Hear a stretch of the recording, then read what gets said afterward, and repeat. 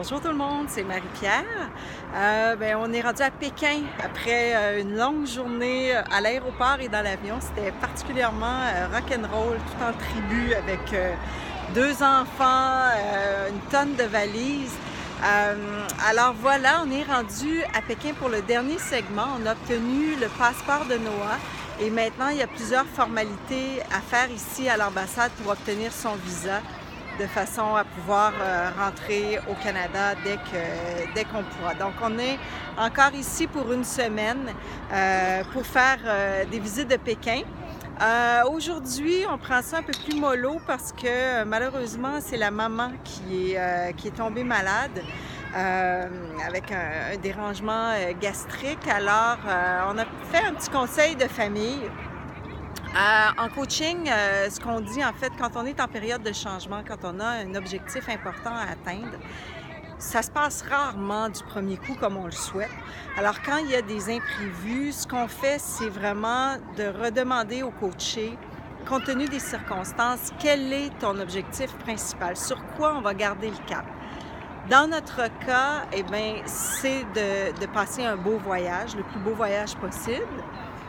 Quand un coaché nous dit ça, on va souvent lui demander « Mais qu'est-ce que c'est pour toi un beau voyage? » Donc, on veut savoir, on veut être alignés tous sur les mêmes choses.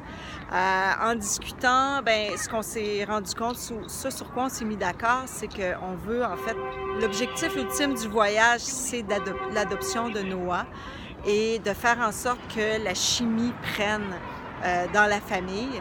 Donc, on maintient le cap sur faire passer le plus beau voyage possible aux enfants, ce qui veut dire pour Jérémy, qui se sente quand même aimé par ses parents parce qu'il y a beaucoup à perdre de sa place d'enfant unique. On a une anxiété à gérer, un petit peu de résistance au changement. Et dans le cas de Noah, bien évidemment, c'est de surmonter le stress de l'abandon, arriver à l'alimenter correctement. Donc ici, comme vous voyez, à Pékin, aujourd'hui, c'est 24 degrés. À Montréal, c'est à peu près 0. Donc, c'est assez chaud, assez sec ici. Il faut bien hydrater le bébé. Sa maman a fait depuis une semaine des efforts vraiment énormes et depuis 2 jours, il a commencé à manger assez gloutonnement. Donc, il est tiré d'affaire. Mais, donc, on maintient le cap là-dessus. Faire en sorte que Jérémy se sente à l'aise, que le bébé se sente à l'aise et que nous, les adultes, on trouve notre compte à travers tout ça.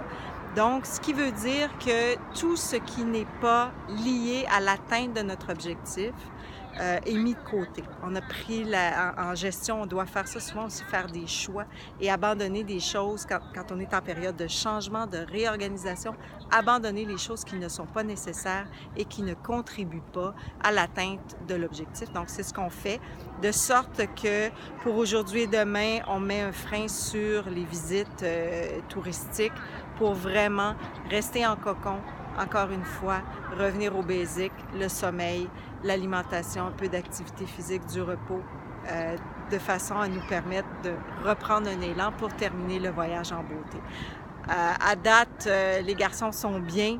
Donc, c'est tout ce qui compte. Alors, moi, je vous dis, est-ce que ça vous est déjà arrivé dans un projet d'avoir un petit peu à réviser le planning, à réviser les objectifs?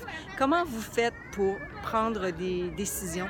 Comment vous vous sentez quand vous avez à abandonner peut-être certaines choses pour atteindre votre objectif? Je suis curieuse de vous lire. Puis ne vous gênez pas si vous avez des questions à propos du voyage. Je ne vous raconte pas tout dans les capsules. Alors, si vous avez des questions en bas, ça me fera plaisir de rajouter des détails.